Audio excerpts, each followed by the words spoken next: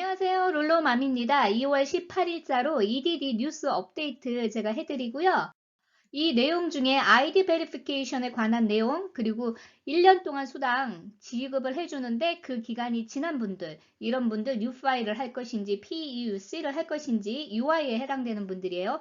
그 관계 제가 짚어드리고요. 2020년도에 오버페이먼트 된 거 자진 반납하신 분들 있죠? 이런 분들 납부하셨는데 1099의 금액이 안 나오는 거 제가 몇 번 알려드렸는데 이 관계 다시 한번 확실히 알려드릴게요. 그리고 오버페이먼트 시스템이 업데이트가 곧 될 거예요. 그래서 이 관계에 대해서 어떻게 돌아갈 건지 그 전망에 대해서 제가 한번 설명드리겠습니다. EDD 업데이트된 뉴스가 지금 아이디에 관한 이슈가 계속 나오고 있어요. EDD 수당 클레임한 그 자격에 대해서 의심이 되는 분들이요. Suspension of Claim이라는 노리스가 가면서 아이디미를 하라는 그런 노리스들을 많이 보내고 있는데 현실적으로 이걸 다 가지 않았어도요. 지금 계속 펜딩이 4주 이상 진행되는 분들은요. 대부분 이유가 아이디어에 관한 것들이 많아요. 그래서 이 관계를 제가 조금 설명을 드릴게요. 대략 63만 1000명에 대해서 이런 문제들이 이제 발생이 돼서 55만 8천 명이 아이디 증빙하는 그 액션을 취하고 있어요. 그런데 대략적으로 40만 9천 명은 이미 아이디 베리피케이션은 아이디.me를 통해서 다 마쳤어요. 그런데 10,000명 정도는 이 프로세스는 시작을 했는데 컴플리트, 그러니까 완성이 되지 않았어요. 그래서 여러분들이 하다가 중간에 마지막에 베리파이드 나오지 않으면요. 이게 하다가 만 거예요. 그런 분들이 10,000명 정도 된다니까 여러분들이 해당될 수도 있으니까 확인을 하셔야 돼요. 7만 1000명 정도가 아이디 베리피케이션을 성공하지 못하신 거예요. 특히 전화번호 문제 때문에 많이 이런 문제들이 있죠. 이런 분들은 온라인으로 할 수가 없죠. 그리고 6만 7천 명 정도가 사기로 의심이 되는 걸로 이제 판정을 하는 거예요. 그래서 상당히 많은 사람들이기 때문에 이 부분에 대해서 더 집중적으로 조사를 할 걸로 보여요. 그래서 여러분들이 아이디 베리피케이션 온라인으로 할 수 없는 분들 비디오 콜로 하는데 이게 현실적으로 5시간, 10시간씩 기다려서 한다는 것 자체가 굉장히 힘든 부분이에요. 이런 분들은 서류로 보내시면 돼요. 그리고 만약에 신분 증빙 후 우리가 이제 베리파이 하는 그 기간이 7 to 10 days 걸린다고 그래요. 근데 이거는 비즈니스 데이로 가기 때문에 최소 2주 이상이에요. 근데 지금은 워낙 그 신청자들이 많아가지고 30일까지도 걸리고 있는 것 같아요. 20만 명 정도나 되는 그런 신청자들이요. 지금 디스퀄리피케이션 노리스들을 많이 받고 계셔서 DE1000M 그 어필 폼하고 같이 많이 받으셨어요. 그래서 여러분들 지금 여기서 당황하실 거 없죠? 제 채널만 보면은 순서대로 여러분들이 정리해 나가실 수 있습니다. 그래서 계속 하나도 놓치지 마시고 동영상을 꼭 봐주셔야 돼요. 그래서 제가 그거 다시 한번 브리핑 해드릴게요. 아이디미를 통해서 베리파이 하시는 분들은요. 반드시 congratulation 하고 맨 밑에 캘리포니아 EDD하고 데이터를 공유한다는 그 안내를 이메일로 받으셔야 돼요. 아니면 문자라도 받으셔야 돼요. 근데 이거를 아무것도 안 받으신 분들은 이게 완성된 게 아니에요. 그래서 이런 분들은요. 아이디미에 여러분들이 컨택해서 온라인으로 문의하실 수 있어요. 제가 이거 링크 해드릴게요. 그래서 이 샘플처럼 이렇게 쓰시면 되고요. 디스크립션 내용이요. 요 정도 내용만 있으면 돼요. 여러분들이 아이디미 통해서 업로드한 그 날짜를 여러분들 기준으로 바꾸시면 돼요. 그래서 그 날짜 서밋을 하시면은 빠르면 일주일 안에 답이 와요. 그래서 여러분들이 마냥 그냥 손 놓고 답답하게 있지 마시고요. 일단은 아이디미를 통해서 실제로 이게 완성이 됐는지 그거 요청을 한번 해보세요. 디스퀄리피케이션 받으면서 오버페이먼트 관한 안내 받으시는 분들이요. 최근에 이 편지를 많이 받으세요. 이 내용은 사진이 첨부된 신분증이 EDD에서 인정하지 않는 서류라는 거죠. 그래서 반드시 정부에서 발행한 사진이 첨부된 신분 증빙 서류가 필요한 거예요. 거기에는 여러분들의 first name, last name, 그리고 생년 월일이 나와야 된다는 거예요. 그거에 미치지 못했기 때문에 된다는 건데 가끔 가다가 패스포트 보냈는데도 이런 문제가 발생되는 분들 제가 뒤에서 팁을 한번 드릴게요. 그래서 이 내용 한번 읽어보세요. 만약에 이 디스퀄리피케이션이 나오면은 수당을 받으신 날짜 처음부터 전부 다 반납을 해야 돼요. 그래서 이거 반드시 어필하셔야 돼요. EDD에서 인정하는 포토 아이디는요, 이 리스트에 해당돼요. 그래서 대표적으로 여러분들이 가장 많이 갖고 계시면서 보낼 수 있는 게 드라이버 라이센스예요. 그리고 시민권자 분들은 US 패스포트 아니면 영주권자들은 퍼머넌트 레지던트 카드라고 해서 영주권 보내시면 되고 만약에 US 패스포트가 없는 분들은 시민권 증서를 같이 보내세요. 그런데 드라이버 라이센스는 반드시 같이 보내시는 게 좋아요. 혹여라도 드라이버 라이센스가 없는 분들은 주 정부의 아이디가 있어요. 드라이버 라이센스처럼 생겼지만 운전면허증은 아닌 거. 그런 서류가 필요한데 만약에 이게 없는 분들은 되도록이면 DMV에 가셔갖고 신청해서 받아 놓으시는 게 항상 좋아요. 앞으로도 이런 문제가 계속 발생되기 때문에 여러분들이 이 서류는 미리미리 준비하셔야 되고요. 그리고 만약에 영주권자나 시민권자가 아닌 분들은요. Employment Authorization Document인데 이게 워크 퍼밋이에요. 노동 허가증. 그래서 이런 거 있는 분들도 같이 첨부하시면 돼요. 이 서류는 여러분들이 8x11 사이즈라고 해서 보통 레터 사이즈라고 하는 그 종이에요. 여러분들 그냥 일반적으로 복사하는 그 종이 사이즈 있죠? 그 종이 사이즈에 한 페이지 한 페이지마다 따로따로 하셔야 되는데 이것처럼 드라이버 라이센스를 앞면, 뒷면 이거를 반드시 같이 카피를 해서요. 맨 아래에 여러분들의 소셜 넘버를 항상 반드시 적으셔야 된다고 그랬죠? 그거 적으신 다음에 이 서류와 함께 만약에 여러분들이 영주권자일 경우에는 영주권의 앞면과 뒷면을 같이 이렇게 카피하시고 마찬가지로 소셜 번호를 적으시면 되고요.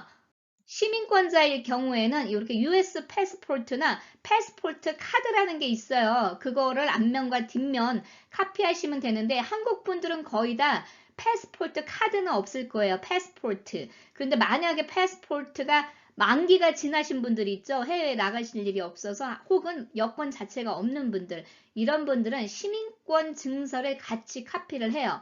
그런데 문제가 하나 있어요. 이 서류들을 흑백으로 카피를 해서 보내면은요. 글씨들이 잘 안 보이니까 이 사람들이 열심히 보려고 하는 게 아니고 잘 안 보이면 무조건 디스퀄리피케이션 레터를 보내면서 포토 아이디가 인정할 수 없다라고 이렇게 오는 걸로 보여요. 실제로 패스포트랑 서류 다 정확하게 보내는데 이런 서류를 받으신 분 보니까 흑백으로 하신 거예요. 그래서 여러분들 이 아이디 증빙 서류는요. 되도록이면 칼라 카피를 해서 보내세요. 페덱스 같은 데나 UPS 가시면은요. 칼라 카피 하면서 돈 수수료 몇 불만 드리면은 할 수 있거든요. 그래서 그거 가장 유념하셔야 돼요. 드라이버 라이센스의 주소가 여러분들이 EDD에 실업상 신청하셨을 때 주소로 등록한 거하고 매칭이 안 되면은요, 문제가 발생될 수 있어요. 그럴 경우에는 여러분들 이름으로 된 유틸리티 스테이트먼트의 주소, 그 주소와 매칭이 되면은 그 주소를 증빙할 수 있는 서류를 하나 더 첨부하세요. 이거는 요청을 안 해도 같이 첨부를 하면은 이해를 할 거예요. 그래서 이런 식으로 같이 쓰시면 돼요. 소셜 넘버 반드시 페이지마다 적으세요.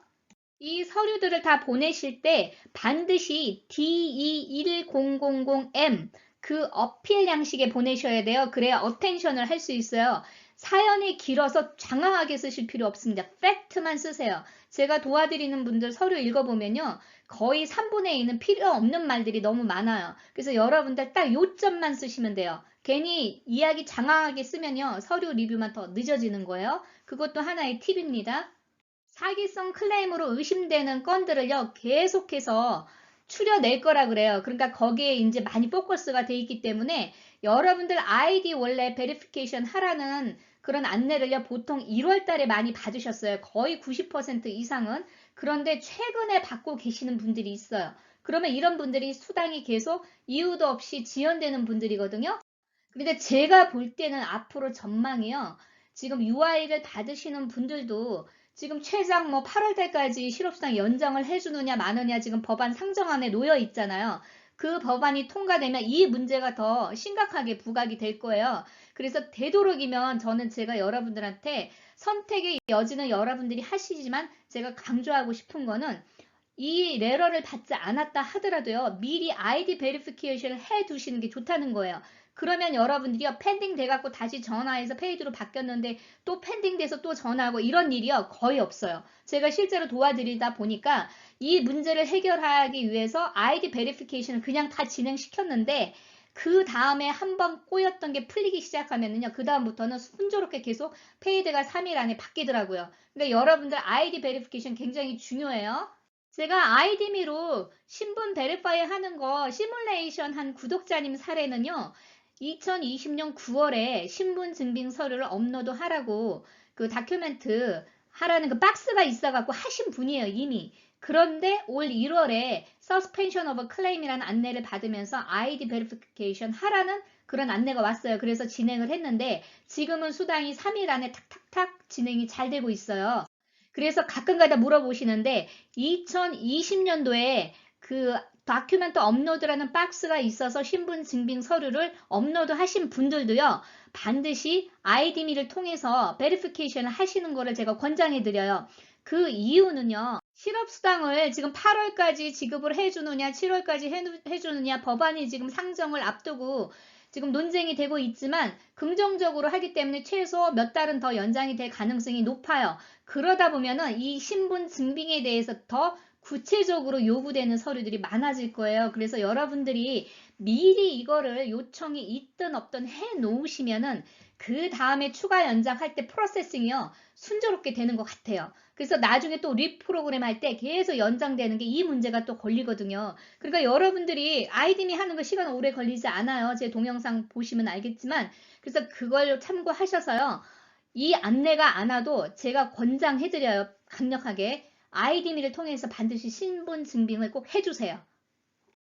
이미 신분 증빙이 완료되신 분들은요, 사기성이다 이런 의심을 이제 더 이상 하지 않는다 그랬어요. 고백해서. 그렇기 때문에 여러분들이 계속 이런 뭐 펜딩되고 하는 문제들이 걸리지는 않아요. 이런 걸 미리 해두시면. 그래서 앞으로 여러분들이 수당을 더 순조롭게 받고 지연되는 사례를 막으시려면 지금부터 안내가 없어도 아이디미를 통해서 베리파이 할 수 있는 분들은 반드시 해두세요. 이거는 제가 아주 중요한 팁이에요. 더 자세히 설명 안 드려도 이해하실 거예요. 베네핏 이어가 보통 1년으로 되어 있는데 이게 12개월이 지나면요. UI를 받던 분들은 지금 뉴 파일링을 하셔야 돼요. 그래서 뉴 파일링 하는 자격 요건이 뭐냐면은 여러분들이 중간에 수입 있는 분들은 위클리 베네핏이요. 지금 PEUC 연장되는 것보다 금액이 더 많아질 수 있거든요. 그런 분들은 UI 26주가 다시 산정이 돼요. 그런데 만약에 여러분들이 25불 이상 위클리 베네핏이 산정되지 않고요. 그러니까 그 얘기는 즉 반대로 그 위클리 베네핏이 25불 미만으로 올라가는 경우에는 그냥 PEUC로 연장을 시켜줘요. 그러니까 이 관계는 EDD가 결정을 할 거니까 UI를 받던 분들은요. POA 말고요. 그런 분들은 12개월 이상 베네핏 이어 동안 다 소진이 되신 분들이 있어요. 밸런스가 있어도 상관없어요. 이런 분들은 파일 뉴 클레임을 무조건 하세요. 지금. 온 익스텐션으로 돼 있는 분들이 보통 페드헤드로 연장되신 분들이 많거든요. 그런데 이런 분들이 12개월 동안 수당을 이미 다 받으셨다면요. 일단은 뉴 파일 클레임을 해보세요. 그래서 중간에 일을 하셨다가 다시 실업이 되신 분들은요. 오히려 위클리 베네핏이 더 올라갈 수도 있어요. PEUC보다. 그래서 EDD의 입장에서는 어떻게 하냐면은 여러분들이 뉴 파일 클레임을 해서 다시 UI로 산정된 그 금액이 PUUC로 연장해주는 그 금액보다 25불 이상 많으면은 새로운 UI로 오픈해서 지급을 해주겠다는 거예요. 그러니까 되도록이면 여러분들한테 유리한 그런 수당을 주겠다는 거니까 여러분들 특히 UI 받으셨던 분들 있죠? 이런 분들은 뉴 파일 클레임 하시는 게 좋습니다. 세금 보고 기간에 대한 수당에 대해서 공통된 질문들을요. FAQ 이 동영상으로 해놨대요. 그래서 그걸 보라는 건데 그냥 여러분들 제가 설명드리는 것만 보셔도 돼요. 그래서 제가 그 요약을 해드릴게요. 실업수당은 연방정부 즉 IRS 기준으로는요. 과세 소득이고요. 주정부 기준으로는 비과세 소득이에요. 그래서 여러분들이 이 지금 1099 받으신 거 가지고 소득 신고할 때는 어디로 하죠? 여러분들이 IRS한테 메인으로 하는 거예요. 그래서 이거를 반드시 소득으로 보고하셔야 돼요. 자, 그런데 이런 이슈가 있어요. 연방정부 추가 지원금 있죠? 600불, 300불, 그리고 이번에 또 추가 연장 11주 된 300불. 그게 non-taxable로 해달라고 지금 법안 상정하겠다고 지금 논의 중이거든요. 그래서 그게 과연 바로 될 것인가? 그거에 대한 또 질문이 있죠. 그래서 세금 보고를 빨리 하는 게 유리한지 또 늦게 하는 게 유리한지 이거에 대해서 여러분들이 조금 혼선이 오실 수가 있어요. 스티뮬러스 체크 못 받으신 분들은 이 돈을 빨리 받기 위해서는 세금 보고를 빨리 하시는 게 좋겠죠.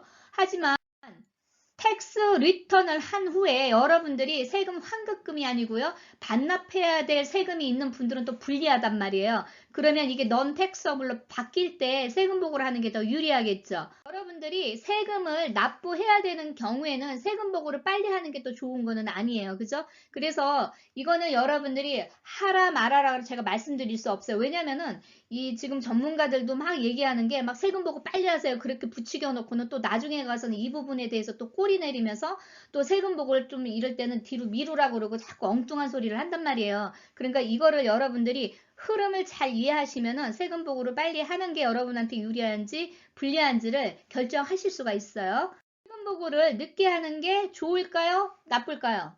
만약에 연방정부 지원금에 대해서요, 이거를 비과세로 가겠다 그러면은 나중에 엑스트라 텍스 크레딧으로 금액을 환불받을 수 있어요. 이거를 2020년도에 적용해 줄지 아니면 내년도에 크레딧으로 갈지는 몰라요. 왜냐면은 이거를 이미 파일링을 한 거를 다시 다 조정을 하기에는 IRS 시스템이 제가 볼 때는 따라가질 못해요. 그래서 여러분들이 대부분 제가 볼 때는 2021년으로 넘어가는 확률이 높거든요. 그렇지 않으면 일부 크레딧을 좀 받으실 수도 있을 것 같긴 하거든요. 그래서 요거는 어떻게 결정이 되느냐에 따라서 여러분들이 취하는 액션은 달라요. 그런데 제가 볼 때 이 법안이 상정이 되면은요, 이 크레딧으로 나중에 다시 받으실 수 있기 때문에 혹여라도 지금 현재 상황에서 텍스를 납부해야 되는 분들은요, 4월 달까지 한번 기다려 보시는 거를 제가 권해드리고요. 납부할 텍스가 아니고 환급금이 있으면요, 이걸 더 받으려고 오래 기다리지 마시고 빨리 환급금을 받아서 여러분들 캐시플로우를 돌리는 게 낫잖아요. 그래서 조금 빨리 세금 보고를 하시는 게 좋다는 게 제 의견입니다. 여러분들은 그냥 어떻게 생각하시는지 보시고요. 결정을 하시면 돼요.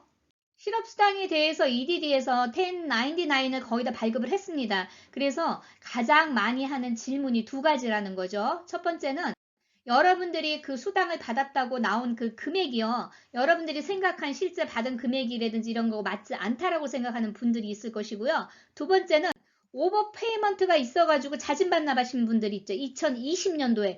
그런 분들은 1099에 이게 적용이 되지 않았거든요. 이런 분들 어떻게 하는지에 대한 질문들이 많이 있는 거예요. 그러니까 여러분들 뭐 걱정하실 거 없어요. 이게 누구나 있는 질문이니까. 그럴 경우에 어떻게 하느냐 그 질문인데요. 세금 공제를 하고 나머지만 지급해 주잖아요. 가령 뭐 450불씩 받던 분들이 45불을 공제하니까 405불씩 받았잖아요. 그러니까 실제로 입금된 금액이 아니고요. 혹여라도 차일드 서포트 있죠. 양육비 이런 것도 공제하는 분들이 있어요. 그러니까 그런 공제하는 금액을 빼는 게 아니고 전체 실질적으로 EDD가 페이한 그 금액을 기준으로 1099이 발급된다는 얘기고요.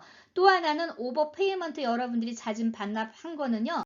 쉽게 말하면은 너무 바빠서 이 일을 처리를 하질 못했다는 것 같아요. 이거를 어떻게 처리를 하겠어요? 시스템 업데이트도 제대로 못했는데. 그래서 여러분들이 만약에 오버페이먼트만 5,000불, 7,000불 반납하신 분들도 꽤 계세요. 이런 분들은 1099 변경해달라고 요청하실 수 있대요. Ask EDD 온라인으로 문의하시거나 866-401-2849 거기로 전화를 하시려는데 실제로 제가 전화 시도를 하면요. 이게 잘 연결이 안 돼요. 왜냐면 지금 계속 전화하는 사람들이 많으니까. 그래서 그거를 요청을 하셔서 만약에 EDD가 실제로 오버페이먼트 한 금액을요. 확인을 하잖아요. 자기들한테도 기록이 있단 말이에요. 디파짓을 했으면.